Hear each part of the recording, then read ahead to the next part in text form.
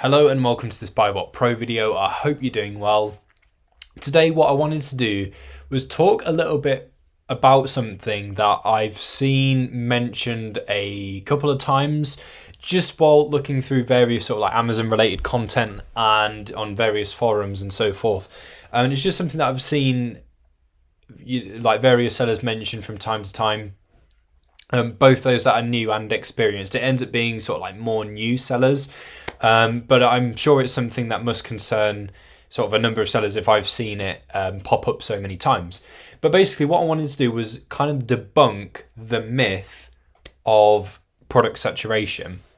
So if you're not sure what I'm talking about initially when I mention the term saturation in regards to Amazon, this is basically where a particular listing, like basically everyone hops onto that one listing, and that's not good for a bunch of reasons. Just because it means that the buy box rotation, it's gonna be like it's got so many more people to like move around. There's gonna be a lot more going on in terms of people changing their prices and so forth. It's gonna be more likely to have price tanking occur on that listing and so forth.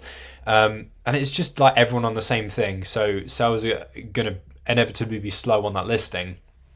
So those are some of the negatives that come with saturation and what it means. But basically what I wanted to do on this video is to tell you not to worry. Saturation and why I claim it is a myth in the start of this video. And the reason why I do that as well is because yes, it does happen. But I'm going to tell you at what point that kind of saturation would happen, the sort of saturation that Amazon sellers fear. And so on the most part, basically, don't worry about it. Okay, so the reason why I say that is because think about it. On Amazon, there are millions of products, like millions and millions. And new stuff is coming in, other stuff is going out. So stuff changes around frequently. Not just in a sense of availability, but in terms of like the BSR, the prices, when things go on sale, how much they're selling for, like just like the weather, stuff on Amazon changes all the time. And so what someone would have assessed was a great deal for a period of time, after that period of time is done, doesn't then become so hot a deal. And so, yeah, think about that. There's millions and millions of products and stuff changes literally all the time. So with that, and there also being a very, very large amount of Amazon sellers selling on the platform, everyone, and I mean everyone, is different. Every seller is different. Everyone has got their own processes. Everyone is looking at different products. The availability to some, to a portion of sellers, won't be the same availability that other sellers would find for that same product. In terms of like pricing and such, people might be able to like find products for a certain amount and others might not find it for that certain amount. Everyone's looking to sell in different categories. Even within these categories, there's again millions of items in each. And so everyone's got different criteria, different things that they look for, different niches. Everyone's just got different products that they're looking for. There's lots of differences there, way more differences than what you would realize. And even if there are sellers that are part of sort of like deal groups that are signed up to like deal sheet services that use software, for example, like Sellability, to help them source and like find all these good deals from retailers.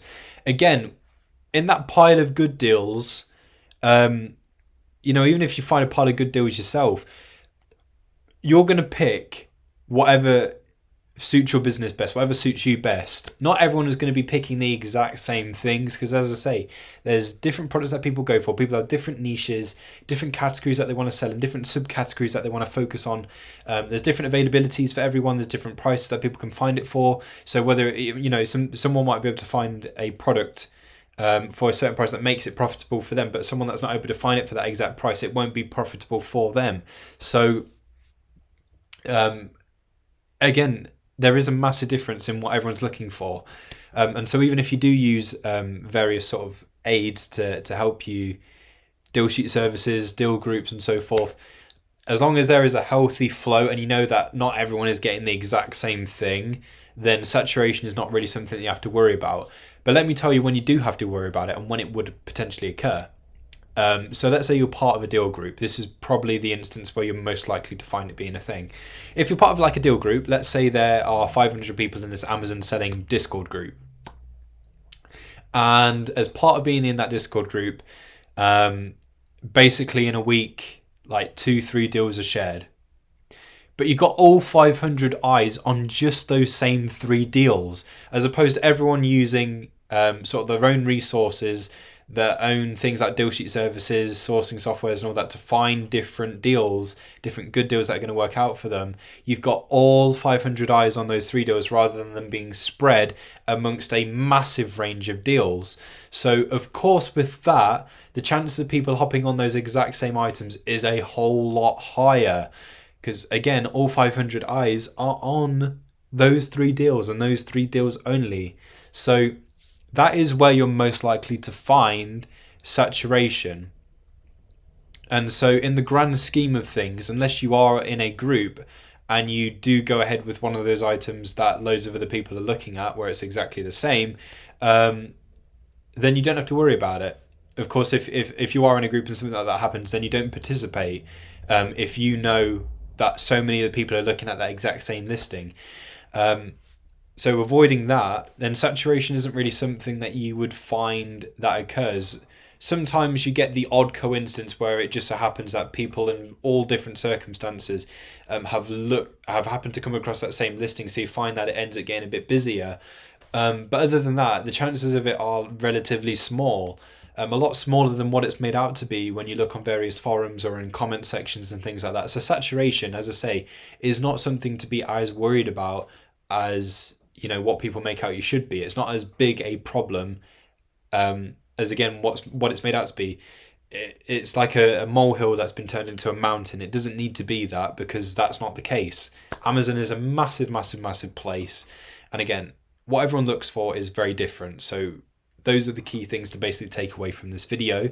Hopefully this helped you with understanding a bit more about saturation and why you shouldn't be that worried about it. Thank you for watching, and I'll catch you soon.